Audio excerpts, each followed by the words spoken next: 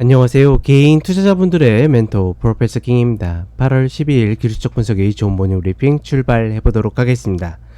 자, 일단 주말에 라이브가 없어졌기 때문에 제가 모닝 브리핑 월요일 거를 일요일 저녁에 늦은 저녁에 올려드리도록 하겠습니다. 통상 월요일 모닝 브리핑이 조금 긴 편이었죠. 좀 더 편안하게 먼저 들으시라고 올려드릴 테니까 이 점 같이 생각해 주시면 좋을 것 같습니다. 자, 일단 미국 같은 경우에는 상승 마감을 했습니다. 정확하게 일봉상에 120병을 딱 걸친 상태로 마감을 했는데, 일단은 그러니까 지난주 월요일의 흐름은 굉장히 좀 공포스러웠지만 선반영에 대한 흐름이었고, 그 이후에는 선방형을 좀 다시 되돌리는 그런 모습들이었는데, 그런 흐름들이 이제 좀 계속 반복될 가능성이 높다라고 보고 있습니다. 즉 경기 침체라는 거는 그러니까 우리가 확신할 수는 없겠지만 전반적인 지표, 특히나 후행의 어떤 성격을 띠고 있는 고용 지표가 별로 좋지 않다라는 것은, 그러니까 지난주에도 좋다라고 이야기하지만 기대감이 낮아졌기 때문에 예상치를 낮췄더니 그것보다 더 나온 그런 좀 이렇게 아이러니한 흐름들이 계속 반복되고 있기 때문에 중요한 거는 어느 정도 이것들을 시장에서 선 반영하고 있다라고 보고 있고, 다만 그 강도가 세냐 약하냐, 즉 밑에 TMF에 대한 이야기를 드렸는데 TMF는 전혀 고민할 필요가 없다라고 이야기 드렸죠. 지금이라도 신규를 고민하시는 분들은 별거 없습니다. 55불 아래에서 계속 매수를 하시면 되겠고, 중요한 거는 9월에 빅컷을 할 가능성은 제가 봤을 땐 좀 적다라고 보고 있거든요. 그냥 원스텝 25bp를 인하하면서 간다라고 보고 있고, 다만 이제 관건은 점도표가 아닐까. 전반적인 금리의 목표치를 어디에 두느냐에 따라서 그거에 대한 어떤 흐름.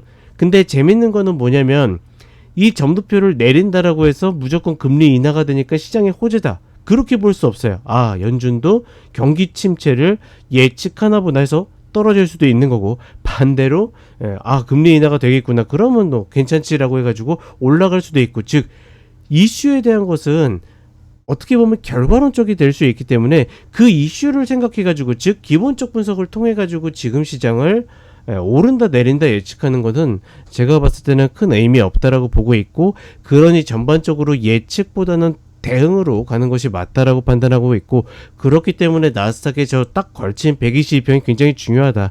저기를 넘어서서 안착하게 된다라 그러면 다시 한번 리바운드의 기회가 있는 것이고, 그렇지 않고 저항으로 다시 맞고 떨어진다라 그러면 최소한 쌍바닥, 그리고 아래 현물은 좀 더 가야 될 자리가 있다라고 이야기 드렸죠. 그런 자리들을 갈 가능성이 높다. 미국은 전체적으로 이번 주 나스닥의 이 122평이 굉장히 중요하다라고 보고 있고, 한국 시장 같은 경우에는 지난주 굉장히 변동성이 컸기 때문에 전반적으로 프리미엄이 굉장히 빠방하게 붙어 있어요. 이 프리를 좀 빼는 패턴들이 좀 나오고 있고, 그래서 반등이 조금 더 나오는 겁니다. 그러니까 개인들이 굉장히 밑에서 잘 사가지고 올라왔다, 이 개념이 아니라 시장 전체적으로 프리미엄이 굉장히 많이 붙었기 때문에 이 프리를 빼기 위해서, 통상적으로 포프리가 훨씬 더 많이 붙기 때문에 그래서 살짝 띄어가지고 횡보를 만들고 있는 것이고, 과연 이제 2607에 안착할 것인가 2510이 다시 올 것인가인데, 저는 개인적으로 봤을 때는 홀딩하고 있는 종목들은 눌리더라도 그냥 가져가도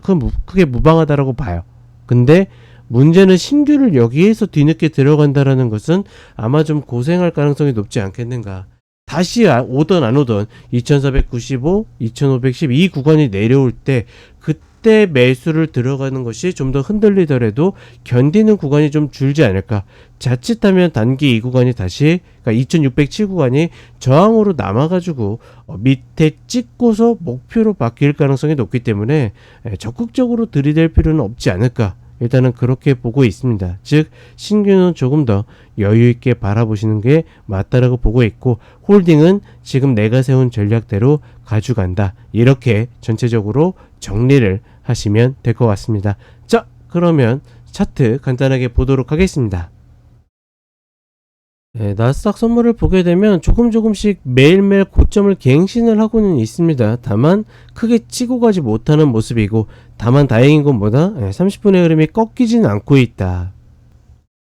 나스닥의 차트를 보게 되면 정확히 120평에 걸쳐 있죠. 기존에 뒤졌을 때도 이 자리를 뒤졌기 때문에 여기에서 올라가느냐, 다만 올라가도 이 자리를 넘어서긴 좀 어려울 것 같습니다. 이게 17,750짜리인데 제가 봤을 때는 여러 가지 조건들이 맞아가지고 운이 좋으면 이 자리까지 올라가는 거고, 사실 확률상으로 보게 되면 다시 맞고 떨어질 확률이 좀 더 높다라고 판단하고 있고, 얘가 다시 맞고 떨어진다라 그러면 어디까지 내려오느냐, 쌍바닥이 아니라 이 자리까지 내려올 가능성이 높다. 그렇게 되면 전반적으로 이탈하고 저항받고 내려가는 파동이 단기적으로는 완성될 가능성이 높고, 여기에서 이런 리바운드가 나오는 이런 형태를 가져갈 가능성이 저는 가장 높다라고 판단하고 있습니다. 그리고 다우로 보게 되면 122평을 딛고 밟고 올라가는 모습이지만, 얘는 이제 어떻게 보면 좀 더 세 보이지만 리바운드에서 올라갈 수 있는 폭은 상대적으로 좀 더 낮은 그런 패턴을 보이고 있고, S&P 500은 뭐 나스닥이랑 유사하게 생각하시면 되는데, 역시나 내수주와 금융주가 아직까지는 크게 무너지진 않고 있기 때문에 좀 더 나은 모습을 보이지만, 얘도 마찬가지로 리바운드가 나왔을 때의 어떤 목표치가 낮기 때문에 저는 그냥 나스닥 중심으로 보는 것이 가장 맞지 않겠는가라고 판단해 봅니다. 그리고 TMF 흐름을 보게 되면 어떻게 보면 갖고 계신 분들이 좋다 말았네라고 생각할 수 있겠지만, 그렇진 않습니다. 전반적으로 방향성이 확실하게 잡혀가지고 추세를 돌렸기 때문에 뭐 내려오면 땡큐하고 55불 아래에서 계속 매집하시면 되는 거고, 그렇지 않다라 그러면 그냥 가지고 가시면 된다. 이 구간을 만약에 견디게 된다라 그러면 다음 올라올 때는 이 62.5불 라인을 넘어설 가능성이 좀 더 높다라고 판단하고 있고, 이는 연준의 점도표에 의해서, 그러니까 올해뿐만 아니라 내년 점도표도 바뀔 수 있기 때문에 그런 흐름들을 보면서 가신다라 그러면 크게 어렵지 않다. 만약에 어려움이 있으면 뭐 한다? 그냥 배당받고 버티면 된다. 이렇게 보시면 되겠습니다.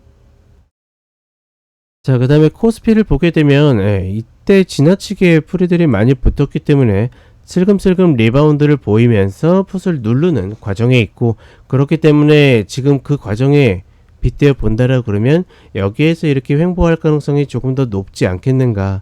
지금 이런 갭들은 메울 갭들은 아니거든요. 꼭 메워야 될 갭들은 아닌데, 일단 122평 아니 22평이 좀 더 내려온다라 그러면 맥스 반등의 목표치는 660, 70 요 자리가 될 가능성이 높고, 이 자리가 먼저 오게 된다라 그러면 자연스럽게 다시 눌릴 가능성이 높다라고 보고 있습니다. 다만 확률상으로 보게 되면 2607에 대한 안착보다는 여기에서 다시 맞고 떨어지는 이런 형태를 보일 가능성이 조금 더 높지 않겠는가 정도를 예상하고 있고, 다만 코스피는 지수적으로는 이렇게 예측할 수 있지만 종목적으로 아직까지 딱히 들어갈 만한 종목들이 많지 않다라는 거, 그러니 개별주 종목으로 접근을 하시는 것이 맞다 판단하고 있고, 그 다음에 코스닥 같은 경우에는 지수가 그렇게 큰 의미가 없다라고 이야기 드렸죠.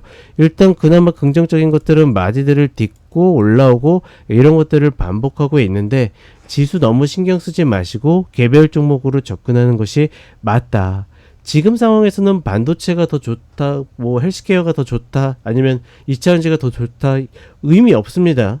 지금은 내가 어느 쪽을 노리고서 그 노리는 쪽에 전략, 효율만 나온다라 그러면 그냥 그 전략 그대로 실행하는 거지, 뭐가 낫다라는 건 예측해봤자 소용없는 구간이기 때문에 제가 봤을 때는 여전히 내가 노리는 종목이 전략이 나오면 한다라는 개념으로 접근을 해야지, 뭐 지수 때문에 무서워서 피한다, 아니면 지수가 올라갈 것 같아서 내 것도 매수한다, 전혀 의미 없습니다. 지수와 커플링이 될지 디커플링이 될지 전혀 지금 의미 없이 말 그대로 중구난방으로 튀어다니기 때문에 그냥 내 종목 보고 하는 게 낫다라고 보고 있고, 너무 지수에 신경 써가지고 지수 대비 너무 못 올라갔다, 아니면 지수 대비 훨씬 더 낫다, 이런 것들은 그냥 지우시라, 저는 이렇게 이야기를 드리고 싶습니다.